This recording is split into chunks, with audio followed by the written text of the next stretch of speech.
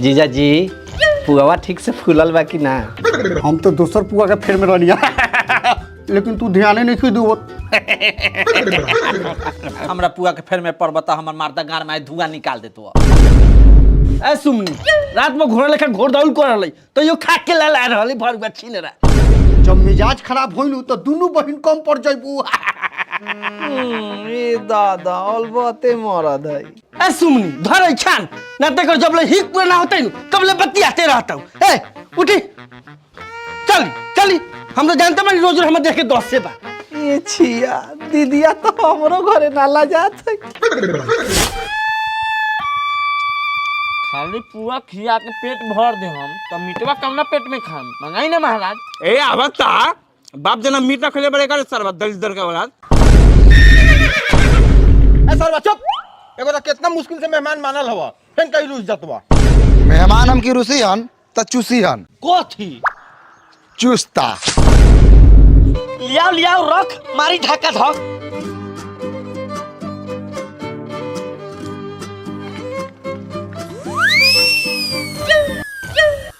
भैया का होई उहे तो देखता नहीं कहता सब चुस्ता हो। हमरा तो लागत मानुष के लार हो चोर से काट के बना के लिया बस सरवा सब। ए का भेल मुंह में रख के गुलगुलावा मिजाज मस्त हो जाई। माफ कर जाओ मुंह छोट बा इतना मोट लौंड घोट ना पाए। बताओ बाबूजी साला चुस्ता के लाड़ कहता यही से सारा के बने पीसना खाओ के चाहिए। ई साला सा गोड़ी मुड़ा पचौनी खाए वाला मानुष अब हांचोत। सुनो ना साले गरियाओ मत न तो अभी गाड़ी घुमाए मत चल जाम घरे आ जाते तोरा बहनिया के मारम 2 थोपी गिन के। चल हमो चलो तनी साथे तू 10 थप्पी ना 20 थप्पी मरी हमरा सामने आ जिंदगी भर तोरा के जेल में ना खटवाई नु तो हमो गुकिरवा का औलाद ना। गुकिरवा ई के हो? हम ये हैं कब से एकरी बहन करेगा खाली प्लेट लेकर बैठल बानी ना पुआ देता ना मीट खीस बड़ी खुशब घर में सारा चूल्हा चौकी झाड़ देम। ओकरा बाद हमनी का तोहार गार फाड़ देम। आई फाड़ देबे गार। ए बाबू कथी एकनी के फेर में पड़ल बड़ा बैठे ना तू आराम से आवत हवा लेके पहले आत्मा कुटुंब के खा लेवे दा ओकरा बाद तू खइया। अच्छा ई लोग आत्मा कुटुंब बा हम आत्मा कुत्ता बनी ना।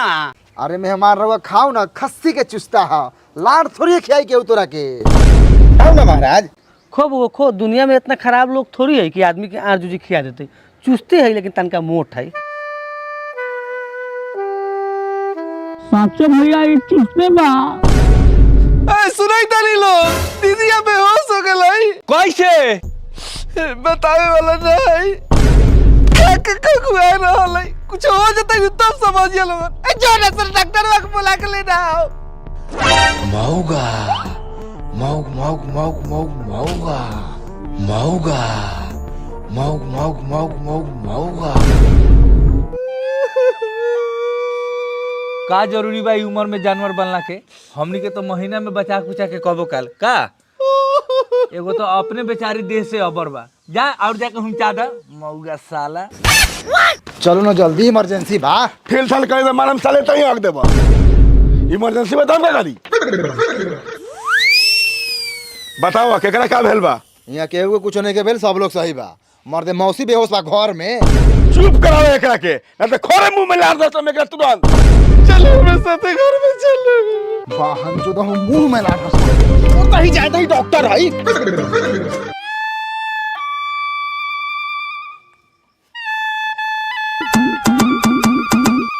बारा गंभीर मेटर बा का जरूरी रखो ओवर टाइम खटवावला के।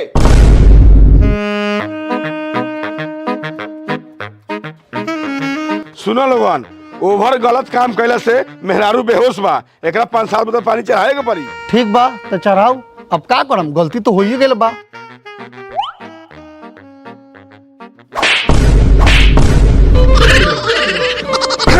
साला मौगा मौसा माधर चुतिया। भैयो पैंट खोल मौसा के इनका डंडावा काट के फेंक दिया।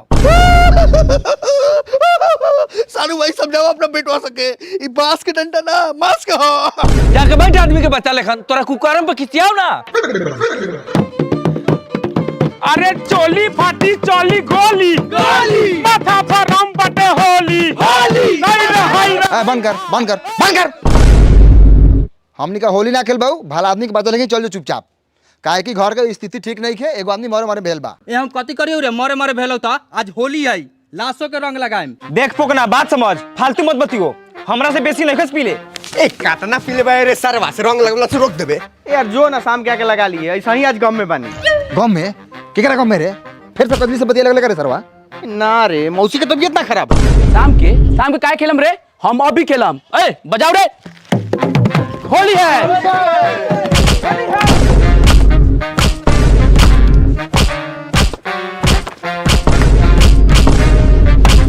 साला जब घर वाला कह रहा है घर में आदमी बीमार है तो जबरदस्ती रंग लगा के होली खेलेगा तो अपनी के मारत मारत बोकला उड़ा देंगे।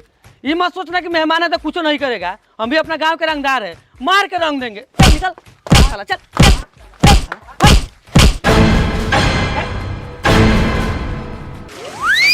वाह, हम तो सोचत रहनी है मेहमान मऊगा बारन, लेकिन ना, मरद बारन मरद। वो करिया मरद। ठीक कहनी है मेहमान, गलती बोल रखा। मेहमान गोर होकर चाहे करिया, लेकिन बारन बढ़िया। कथी के हाला कइले बारा हिस्सा रे?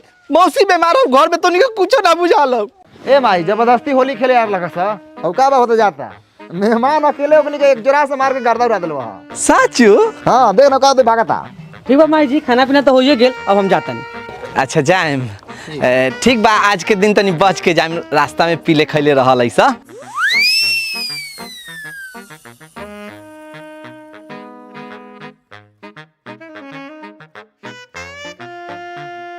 ठीक बा, चला तनी, प्रणाम। मम्मी जी हम जाता नहीं जो। जा जा जा जा जा जा जा जा जा जा जा। साला इतना लात जूता खाइला के बाद 50 रुपया सलामी ना मिले तो लाड़ पप्पा दो भैया के ससुरारी। चल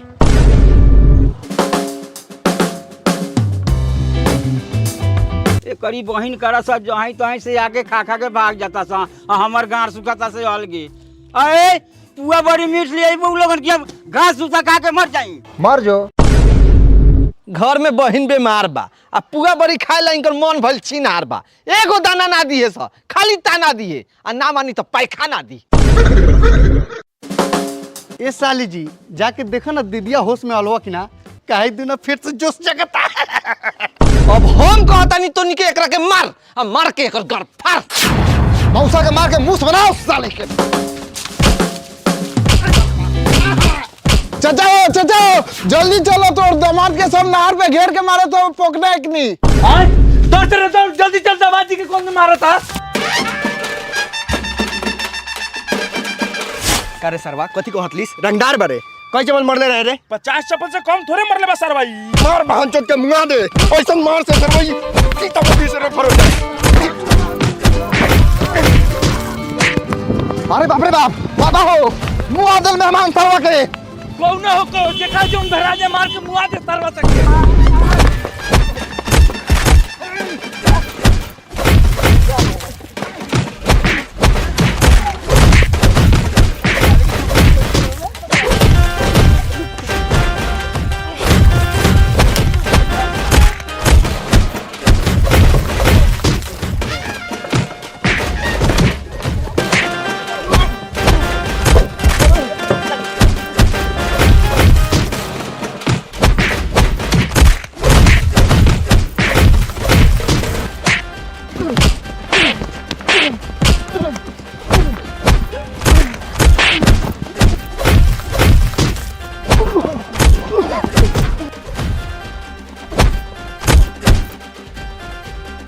अरे मेहमान तो सरवा भागे, हिम्मत मान ले सा।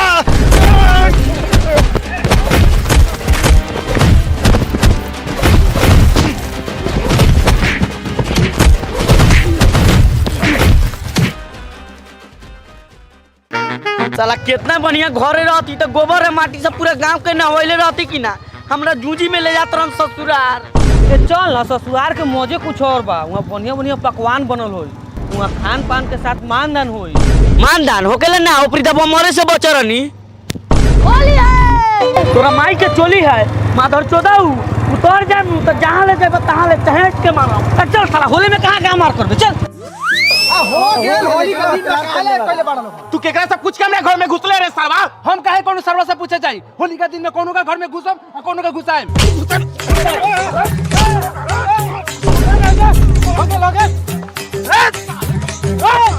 गोमरिया होली के दिन घर में घुसिए गेलै त का हो गेलै त तू मार के मुंगा के भाई हमरा घर में घुसल हो हमरा कोनो दिक्कत नहीं है लेकिन ई सरवा नाम में रारू के रंग लगा ले खता लगा ले लेकिन ओकर सारी बलास सब फाड़ देले बा ए त का हो गेल फाड़ देले बा तो होली में देवर भौजाई कैसन मजाक चलेला ए त देवर भौजाई के रिश्ता तम नु ई तो सरवा के चाचा लागल है जा रे सरवा पापी धर्मी ई सरवा के पाप के चलते आज ई धरती दू हाथ खालो गेल बा तोरा भौजाई पको ना चिनाइलो हम का करी पीले खेले रनिया गेरनिया के माइये से होली खेले लेकिन मुंह में रंग लगला के वजह से एक मेरा ना चिन्हैल क त सारा कपड़ा फाड़ देनिया छोड़ दे कोई त कोई चलेगा बड़ी बड़ी कथी बा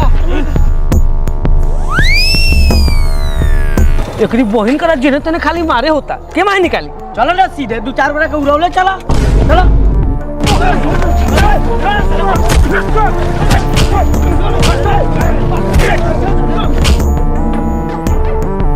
बाप रे बाप मोर जाए सरवा मोर के औकार खावा दूसरा मार में काट देता है सरवा चल और सारा रा रा रा रा रा रा रा रा रा रा रा रा रा रा रा रा रा रा ओ जोगीरा सारा रा रा भाई बा खिलाड़ी बा और सारा रा रा रा रा रा रा रा रा रा रा रा रा रा रा रा रा रा ओ जोगीरा सारा रा रा भाई बा खिलाड़ी बा अरे खाए के पुआ बरी खा लेनी चोखा खाए के पुआ बरी खा लेनी चोखा सूरजा के मौगी पर चढ़ल बाबो का बोला हाय रे हैया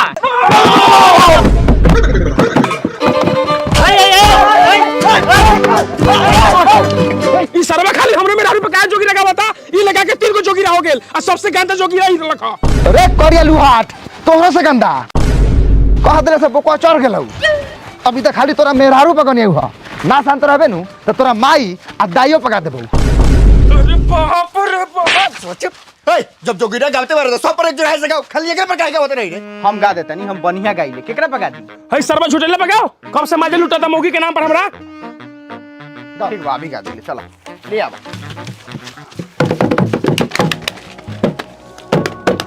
सुन ना बउओ तनका सोच समझ के गई है ई ना सोचिए कि फगुआ बा हमरा से बहुत काम पड़ता हूँ काहे कि हमर बाप अगुआ बा साला ऐसे बोला तेरे जैसे तोहर बाप अगुआ ना डाकू हऊ टेंशन मत लो तोरा पफे पापा सारा रा रा रा रा रा रा रा रा रा रा रा रा रा हाय जोगिरा सारा रा रा वाह भाई वाह खिलाड़ी बा होली में खूब होता खर्चा अपू जी होली में खूब होता खर्चा अपू जी जोटैला के पापा के सुतल है जूजी बोला हाय रे हैया सुन सुन ए तो तोरा पापा के तो जुझिए ना लागत भैया पापा के देख ले बा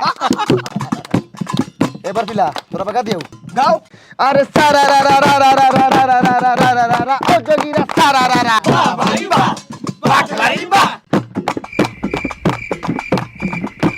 का बोल आगे गाओ तोरा बाप के गार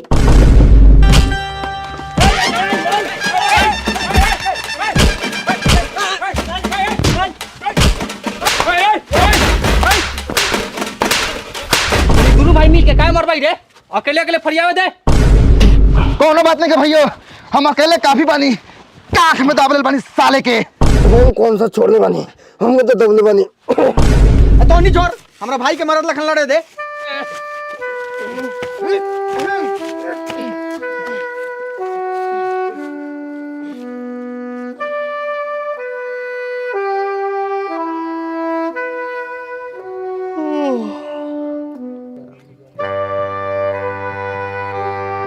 भैया छोड़ना दई तड़िया के गदिया नु बंद कर दी पहले सारो छोड़ी तब न छोड़म ए छोड़ छोड़ देबो तू छोड़ तू छोड़ ना पहले हम छोड़ देबो ना पहले तू छोड़बे तो हम छोड़म तो ठीक भाई लखरा ठीक बाटे हमर माई हमरा खोजबो ना कर दे हां तो हमरो बाप ना खोजेला हम कहीं गान लिवाई चाहे कोनो गान मारी रहे लेखा रे साला रे घरे चल मेहमान आयल बरन गले मिलने बरन मार जूता के सारा प्यार मोहब्बत निकालिए दे हम मरद तू कहवा जाता रे घर छोड़ के घर फरायल हम जाता नहीं मीट लिया घर जो जाके मेहमान के रंग लगा मेहमान आयल ससी चलता मेहमान थरो आ गेल बा भैयो हाँ होली के दिन हमनी के घरे मेहमान के तो आवे के ना चाहिए हाँ अब आ गेल है तो 2 पीस मीट खियाई दिए तई हाँ सही बात बा वो से बेसी थोड़ी खिए भाई अरे बड़ा टेंशन में बारे का बात बा अरे मेहमान आ गए, वो खियावे के सोचो तनी का खिया, पैसा होला ही नहीं के। पैसा ना हो बाक तेरी, हम तो ई होली में पूरा गांव के खियावत नहीं, तोनियो बाले बच्चे चलो ये खाए। ऐसा का करता रे, खेती बाड़ी करल, इतना पैसा कहाँ से आवता रे? अरे यार खेती बाड़ी के साथ साथ हम प्रोबो में पैसा कमाई ले। प्रोबो ई का है? अरे प्रोबो भारत के lending online skill gaming app बा, जिसमें 4 करोड़ से ज्यादा यूजर अपन नॉलेज और स्किल के अर्निंग में बदलता और डेली रियल प्रॉफिट बनावता।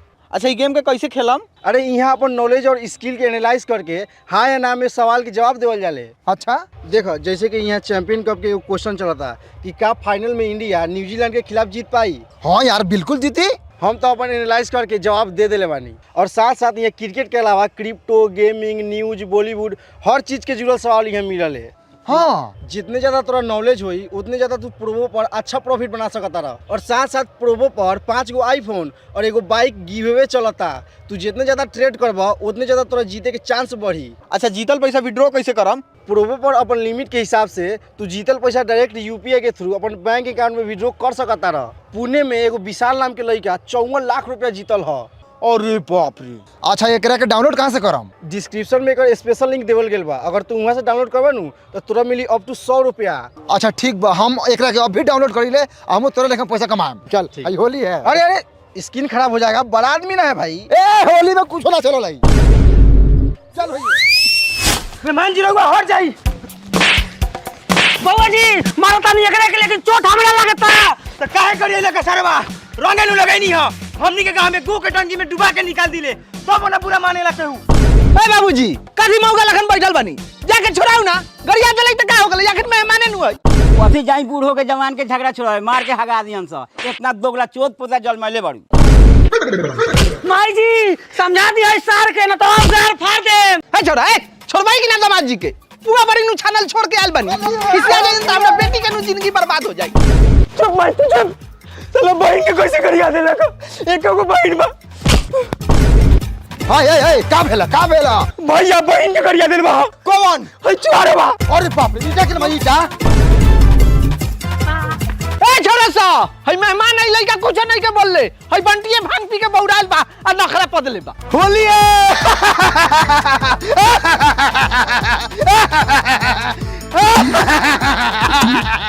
ई छियाई त दीदी या जीजा जी हई, आज के दिन ई लोग काहे लालई हो। अरे मौसा मौसी प्रणाम, खुश रहो। हई लो पुआ पकवान। अरे साली जी चलो चोली में रंग डाली जी। सरवा खुलियाम घर में उठा के ले गेल, इज्जत लूटला केहू बोलियार बा। ए बुढ़उए जो उठा के ले गेल नु उ हम भतार हवन, आ उ हम बहिन आ उनकर जीजा जी। हमरा भातरा में पूरा भरोसा बा कि कोनो खतरा ना करी। हम तो अपने परेशान रहिले रे बउगो। लेकिन मौसी तू कुछो कह, मौसा बड़ा मौगा हो।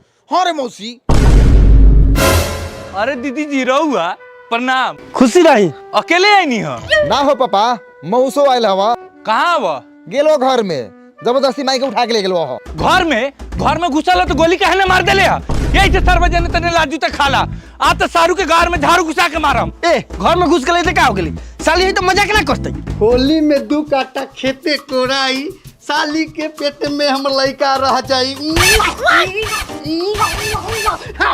होता है होली। बहन चोदाऊ होली है।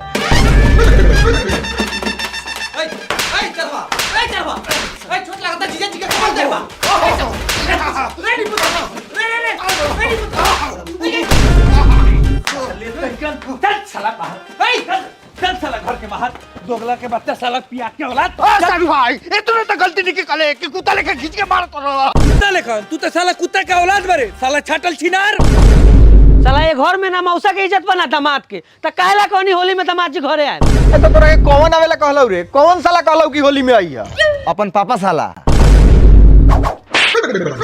अच्छा एक बात बताई, हमर बहनिया पर भरोसा नहीं है का? क्या मर्दा के मार के गाड़ा उड़ा देनी? ए तो मर्दा के को पर्दा में रहेला, दूसरा के मेरा से सरला काहे रखी।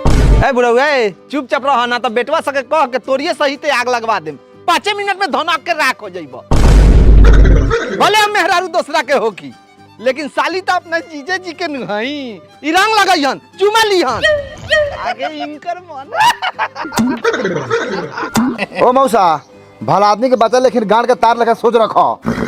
भैयो मौसा के गान बहुत चलता का कल जाए इनकर गानवा के हम तो कहें इनकरा गणवा के मारल जाओ कथी से डंटा से।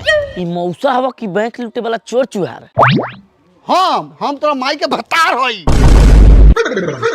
ई बहन चोदा कोनो सालवा के लइका हई। अरे मौसा अभी तो हमरा से तनका देर पहले सरवा हुकाइल ह। बड़ा बढ़िया काम कैला है ना। चल बुआ घरे चल, ससुराल में बोला के इज्जत प्रतिष्ठा बार ना करता रह। ए मेहमान है काय खिसिया तनी खाली यही नंबर लखा बोला का हमने का थोड़ी कुछ बोला तनी मान जाओ। ए हटी ए लगड़ी रवा गांव से प्याज कटे ना ससुराल में आयल बनी तो कम से कम खा पी के जान न तो हमने का पाप लागी। मेहमान क्षमा। माफी मांगता कि ना भैया ना दियो क्षमा न तो हम की मार के निकाल दी दामा। ओ जीजा चुहार रोगो के क्षमा रोगो के क्षमा। हट सरवा अब तो माफी मांग लेला अब का तू ओकरा से लाल चटवे रे बहन चोद। जा दे बगुआ तैका मैका होकेला। ऐ साइकिल में मीट टांगल बा निकाल के दे बनो। ए दीदी चल सार बहनोई के रिश्ता है, ये अपने फरिया लेते सा। ए जीजा जी रहुआ चली आ हाई हाथ हे पर रखी ना है डा सरवा से मार पो लेता, गान में गान सटा लेता।